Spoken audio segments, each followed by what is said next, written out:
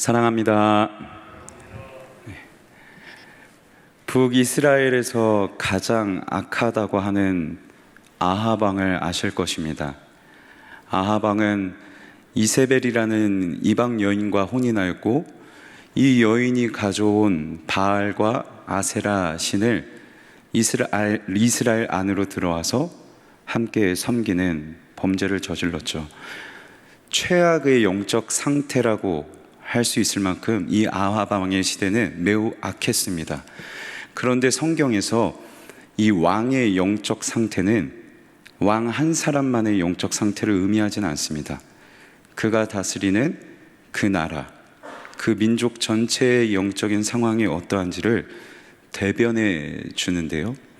결국 이 아합 왕의 영적 상태, 바알과 아세라 신을 섬겼던 것은 이 아합 한 사람이 아니라 이스라엘 민족 전체가 행하고 있던 악이었던 것이죠.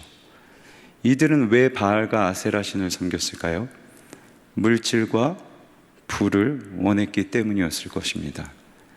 다산의 신, 비를 많이 내려주는 그 신, 바알과 아세라 신을 섬겨서 이들이 행하고 있는 농사와 목축이 번영하기를 꿈꿨던 것이죠. 이 악한 시대에 하나님께서는 엘리야 선지자를 보내십니다. 엘리야의 이름의 뜻은 여호와께서 참 하나님이십니다 라는 뜻입니다. 이 악한 이스라엘을 향하여 엘리야 선지자가 등장했다는 것은 바알과 아세라 신을 섬기고 있는 그들을 향해 여호와께서 참 하나님이시다, 바알과 아세라가 아니라 하나님 여호와께서 진짜 살아계신 하나님이심을 선포하고 있는 것이고, 따라서 여호와께서 참 하나님이시기에 사람은 떡으로 사는 것이 아니요 오직 참 하나님이신 여호와의 입에서 나오는 모든 말씀으로 살아가야 함을 엘리야가 선포하고 있는 것이죠. 엘리야 선지자가 아합 왕을 찾아갑니다.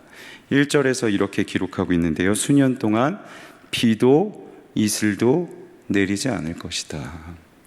잘 아시다시피 이스라엘은 비가 내리는 우기, 이 일정 기간이 정해져 있기 때문에 가나안 지역에서는 이 비가 매우 귀했습니다.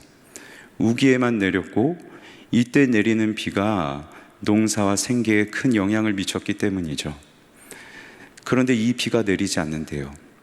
게다가 이슬도 내리지 않는다고 말합니다. 때로는 이 비가 내리지 않는 건기에 일부 지역에서는 이슬이 내립니다. 그런데 이 내리는 이슬의 양이 매우 많아서 농사에 사용할 수 있을 만큼 중요한 역할을 했죠. 그런데 비도 이슬도 내리지 않겠다. 완전한 가뭄을 의미합니다. 하나님께서는 이스라엘 백성들에게 가장 필요한 것을 거두어 가셨어요. 그들이 가장 필요로 했던 게 물질과 번영이었고, 그 번영을 위해 가장 필요했던 물 다 걷어 가셨습니다. 이스라엘 백성들에게는 이제 결핍만 남게 되었습니다. 그리고 그 결핍 중에 결핍은 여호와 하나님이 그들을 떠나신 결핍. 축복하시는 하나님께서 그들을 더 이상 축복하지 않으시고 저주하시는 결핍. 이게 이스라엘 백성들이 찾아온 가장 큰 결핍이겠죠. 이제 이스라엘은 이 결핍 가운데서 한 가지를 깨달아야만 했습니다. 누가 진짜 하나님이시지, 바알과 아세라가 하나님인지 아니면 여호와께서 참 하나님이신지 이 가운데서 깨달아야만 했죠. 만약에 비가 내린다면, 하나님께서 그들을 다 필요를 거두어 가셨는데 그래도 비가 내린다면 바알과 아세라가 살아있는 하나님일 것이고, 만약 비가 내리지 않는다면 비가 내리지 않게 하신 여호와께서 살아계신 하나님이시겠죠. 그리고 이 결과 앞에서 그들은 한 가지 선택해야만 할 것입니다. 그렇다면 누구를 믿으며 살아가야 하는가? 우리 사람은 무엇으로 살아가야 되는가? 바알과 아세라를 의지할까? 아니면 여호와일까? 떡일까? 아니면 여호와 하나님의 말씀으로 살아가야 하는 것인가? 이 선택을 내려야만 하겠죠. 하나님께서는 이어지는 말씀의 상황을 통해서 우리에게는 이 답을 빠르게 가르쳐 주세요. 아마 분명한 답이기 때문에, 당연한 답이기 때문에 하나님께서 빨리 알려주시는 것 같은데요. 엘리야가 멋지게 아합 왕을 찾아가서 선포했습니다. 이제 그의 사역은 탄탄대로가 열릴 것 같아요. 그런데 하나님께서 뜬금없이 엘리야에게 이렇게 말씀하시죠. 너는 요단강 근처에 있는 그릿 시냇가에 가서 숨어라. 내가 까마귀들을 명하여서 너를 거기서 먹일 것이야 라고 엘리야 선지자에게 말씀하십니다. 그릿 시냇가의 정확한 위치는 알 수 없습니다. 하지만 한 가지 우리가 유추할 수 있는 것은 이곳에 까마귀가 서식하고 있다는 것이겠죠. 이스라엘의 까마귀는 보통 바위 틈새에 먹을 것을 두고 서식한다고 합니다. 따라서 까마귀가 서식하는 이 그릿 시냇가는 바위가 아주 많은 황량한 곳, 사람이 살기에 부적합한 땅이 바로 이 그릿 시냇가였겠죠. 그런데 지금 이 엘리야는 북이스라엘의 가장 번화가이자 수도인 사마리아 지역에 머물러 있습니다. 게다가 지금은 이제 가뭄이 오고 흉년이, 기근이 시작되는 때입니다. 기근이 찾아오면 도시로 가야겠죠. 번화가로 가야겠죠. 그래야 거기에 그나마 먹을 것이 있으니까요. 그런데 하나님께서는 그 번화가로 가지 않고 오히려 사람이 살기에 매우 어려운, 먹을 것도 없는 아주 황량한 그릿 시냇가로 엘리야를 보내십니다.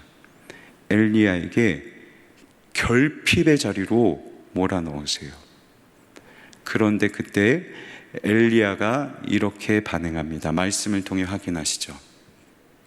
그가 여호와의 말씀과 같이하여, 하나님의 말씀과 같이하여 하나님의 말씀대로 행합니다. 곧 가서. 히브리어 문법으로 보면 일말의 틈도 없습니다. 하나님께서 명하시자마자 엘리야가 즉각적으로 순종해서 곧 가서 요단 앞 그릿 시냇가에 머물매. 어떻게 그가 하나님께서 이 터무니없는 요구를 하실 때 즉각적으로 순종할 수 있었을까요? 어떻게 이 결핍이 많은 지역으로, 아무것도 없는 지역으로 그는 순종해서 갈 수 있었을까요? 그 마음에 다 결핍이었지만 그 마음에 한 가지 결핍되지 않은 것이 있었으니 그는 알았거든요. 누가 참 하나님이신지, 여호와가 참 하나님이심을 알았고, 그래서 사람은 여호와의 입에서 나오는 모든 말씀대로 살아야 함을 그는 알았기 때문에 여호와의 말씀과 같이 하여 곧 가서 그릿 시냇가에 머물고 있는 것이죠. 사람이 떡으로만 살 것이 아니에요. 이 결과가 어떻습니까? 하나님께서 정말 약속하신 대로 아침과 저녁마다 이 까마귀들을 통해서 빵과 고기를 막 전달해 주세요. 분명하게 보여주시죠. 사람이 떡으로 살 게 아니라 여호와의 입에서 나오는 모든 말씀대로 사니 하나님께서 먹이시고 입히시고 돌보고 계세요. 여호와가 참 하나님이심을 인정하고 사는 사람에게 살아계신 하나님께서 역사하고 계심을 보여주고 계시죠. 물론 까마귀가 먹을 것을 물어다 준다는 것은 상식적이지가 않습니다. 아무리 생각해봐도 그 결핍 많은 땅으로 가기엔 논리적으로 설득되기가 쉽지가 않아요. 합리적이지 않아요. 하지만 기억하십시오. 하나님의 말씀에 순종하는 것은 때때로 상식과 논리를 뛰어넘어야만 하는 것일 수 있습니다. 우리의 이해와 우리의 상식 범주 안에서 순종하는 것이 여호와의 입에서 나오는 모든 말씀으로 살아가는 것이 아니라, 때로는 납득할 수 없어도 왜 나에게 이런 결핍을 주셨지? 왜 나에게 이런 상황으로 내모시지?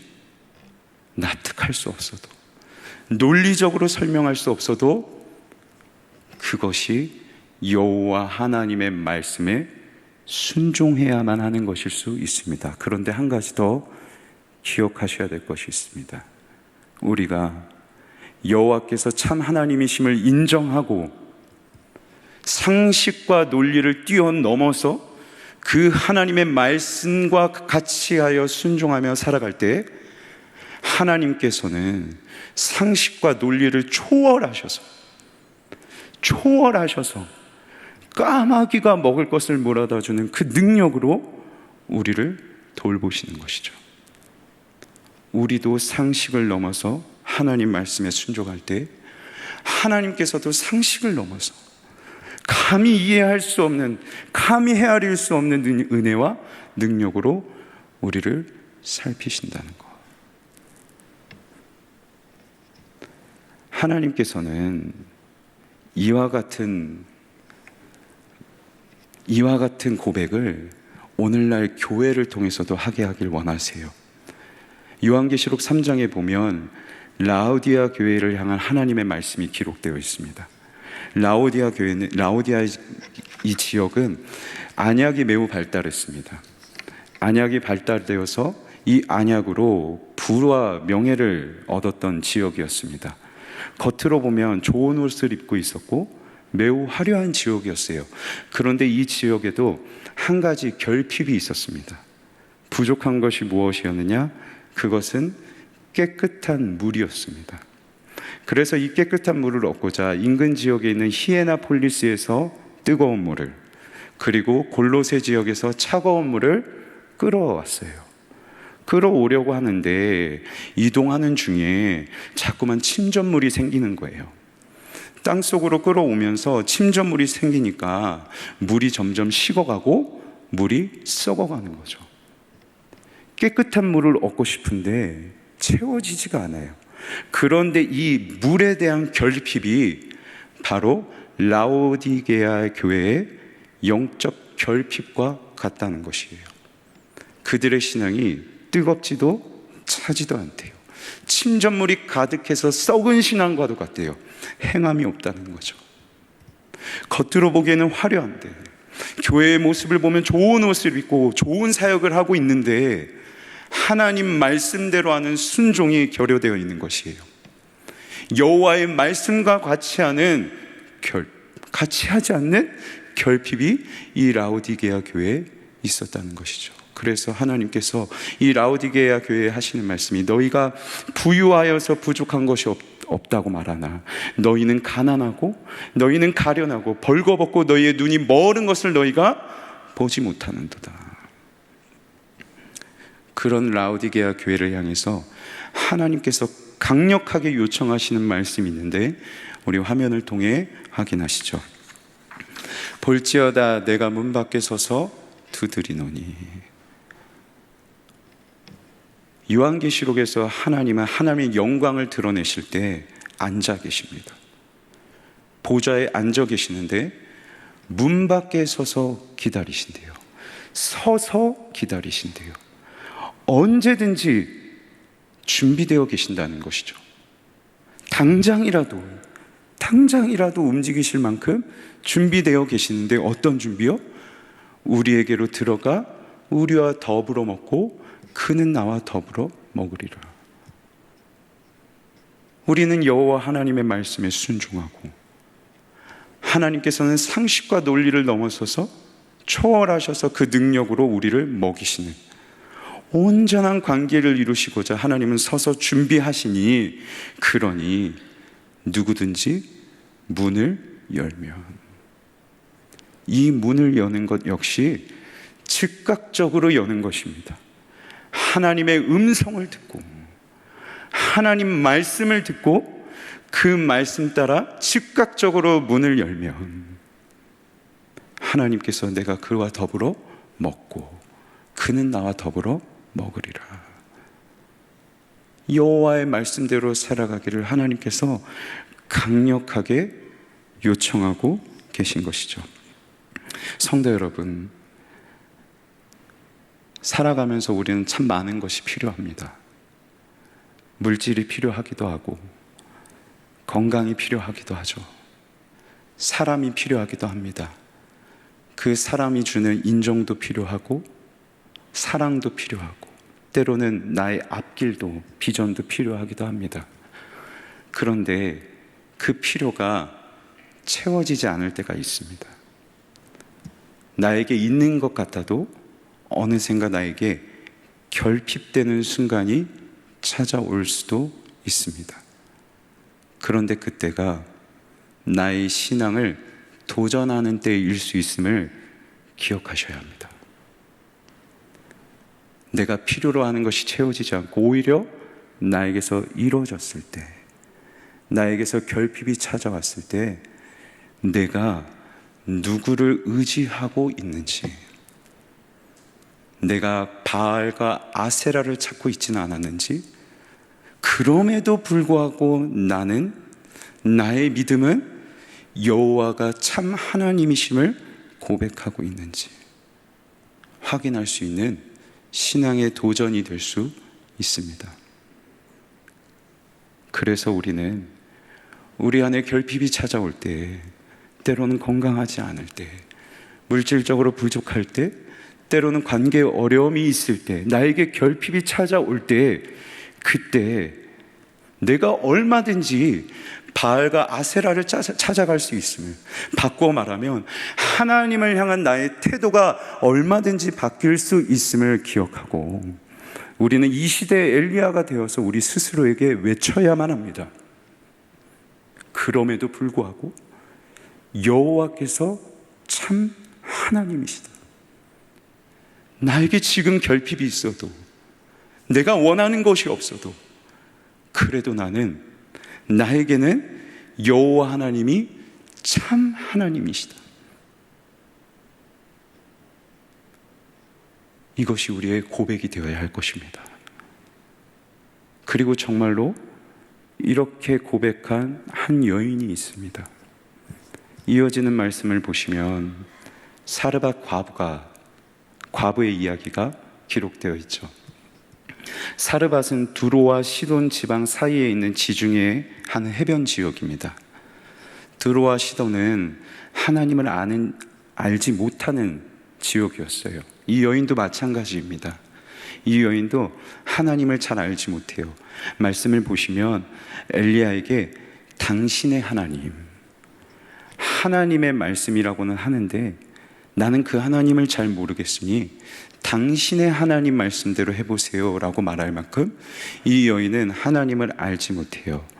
그런데 이 여인과 엘리야의 사이에 두 가지의 이야기가 연속돼서 기록되어 있습니다. 첫째, 남편이 없습니다. 어린 아들 하나를 의지하고 있는데 경제적으로 너무 어렵죠. 이제 마지막 음식을 먹고 죽기를 각오하고 있습니다. 매우 살아가기 어려운 상황이에요. 그런데 그 사르밧 과부를 향하여서 엘리야가 이렇게 요구하죠. 떡 한 동이를 만들어서 나에게 가져와라. 여호와의 말씀이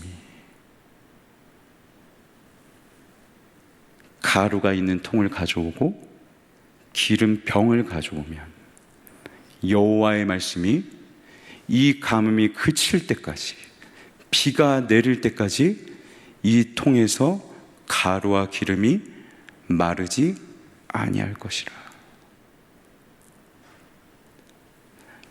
하나님을 알지 못하는 이 여인에게 있어서 이게 상식적인 요구였을까요? 여호와 하나님이 누군지 모르는 이 여인에게서 이게 논리적이었을까요? 죽음을 앞두고 있는 궁핍 가운데 떡을 달래요.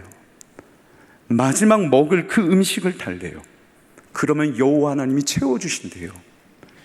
이게 논리적으로, 이게 상식적으로 이 여인에게 받아들여졌겠습니까?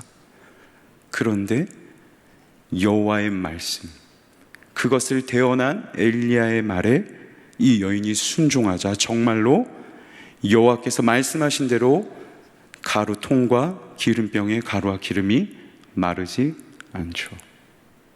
순종하니, 여호와의 말씀과 같이 하니 상식을 넘어 하나님께서 역사하십니다. 그 다음 이야기는 또 이런 이야기가 기록되어 있습니다. 하나 남은, 하나 의지하였던 그 아들이 죽습니다. 엘리야에게 막 원망합니다. 엘리야가 이 아들을 위해서 하나님 앞에 2번 부르짖고 간구하고 눈물로 소리치며 기도하다가 이 아이 위에 포개어져서 그대로 엎드려서 하나님 앞에 기도하니까 하나님께서 그 기도에 응답하시고 이 아이의 생명을 건져내시죠. 누가 참 하나님이십니까?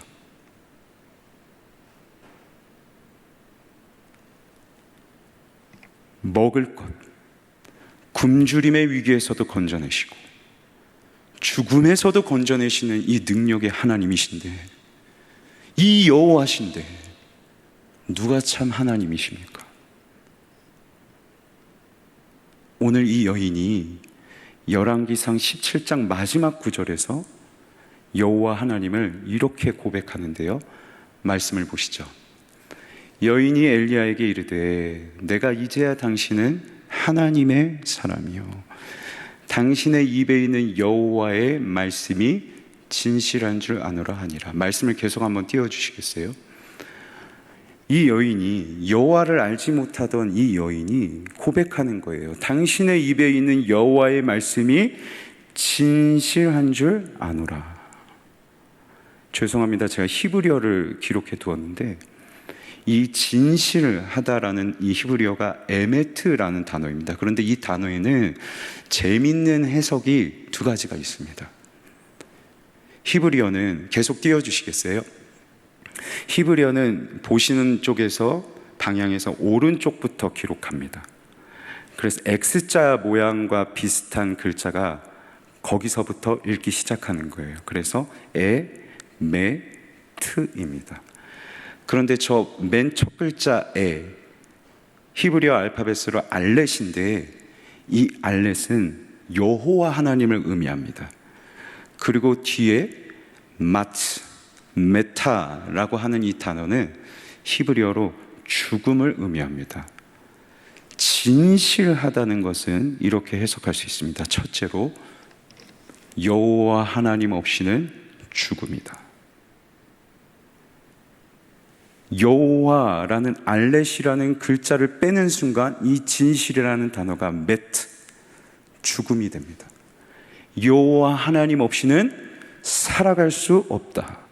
2번째 해석은, 히브리어에도 알파벳이 22가지가 있는데 이 첫 번째 알렛, X자 모양이 우리 한글의 기억입니다.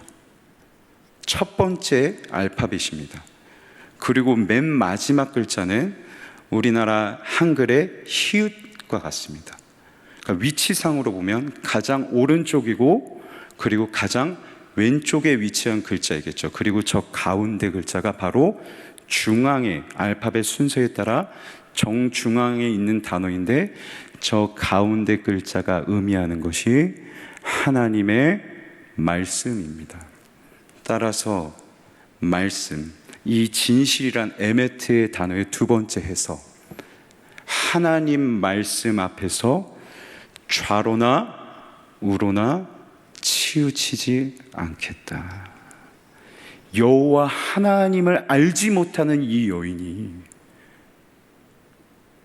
여호와의 입에 그 말씀이 진실되다고 하는 그 고백은 결국엔 여호와 하나님 없이는 나는 이제 살 수 없습니다. 여호와 하나님 없이는 살 수 없습니다. 그 배고픔의 결핍과 죽음이라는 결핍 속에서 그가 깨닫게 된 것은 나는 이제 여호와 하나님 없이는 살 수 없습니다. 여호와 하나님이 나의 참 하나님이시기에 이제는 내가 그 하나님 말씀 앞에서 좌로나 우로나 치우치지 않겠습니다. 이게 여호와의 말씀이 진실한 줄 아노라 라는 고백인 것이죠. 하나님을 알지 못했던 이 여인이 이렇게 고백하였습니다.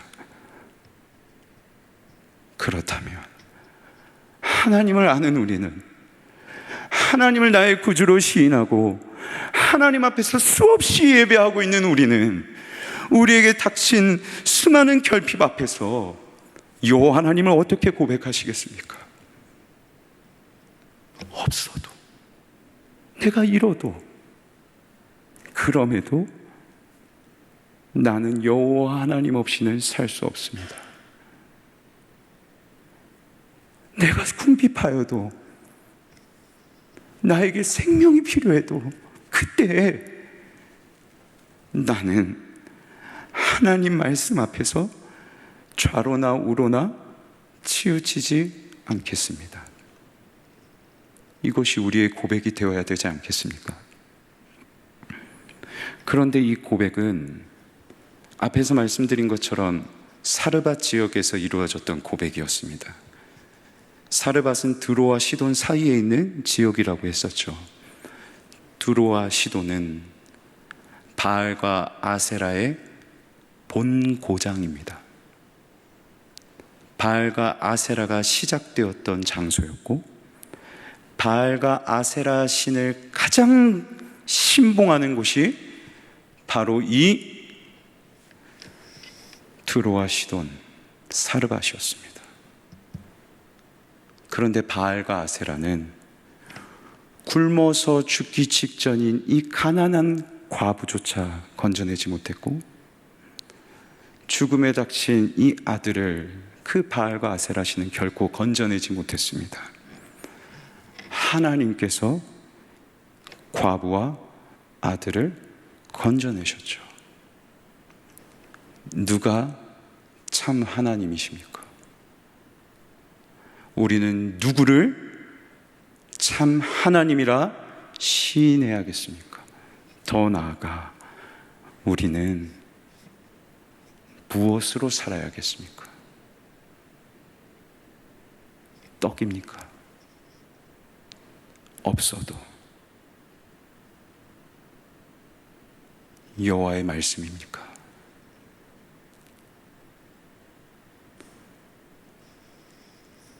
여호와의 말씀과 같이 하는 것이 우리가 살아가야 할 길임을 고백하는 저와 여러분이 되면 좋겠습니다. 말씀을 맺겠습니다. 누가 참 하나님이신가? 사람이 무엇으로 살아야 하는가? 오늘 말씀은 우리에게 이 질문을 던집니다. 그리고 하나님은 너무나도 당연한 질문이기에 바로 우리에게 알려주셨죠. 여호와 하나님이 참 하나님이시고, 그래서 우리는 그 하나님 말씀 따라 살아가야 함을 하나님은 알려주셨습니다. 수많은 필요를 채우며 살아가고 싶지만 그것이 채워지지 않아 우리는 수많은 결핍 속에서 살아가고 있습니다. 그런데 그때에도 우리의 신앙 고백이 생명을 다스리시는 여호와께서 나의 참 하나님이십니다. 나에게 채워지지 않아도 때로는 잃어버릴 때라도 그때에도 내 신앙은 변함없이 여호와 하나님이 참 하나님이시기에 나는 그 하나님 말씀 따라 그 여호와 하나님의 말씀과 같이 하여 살아가겠습니다. 내 신앙은 좌로나 우로나 치우치지 않겠습니다.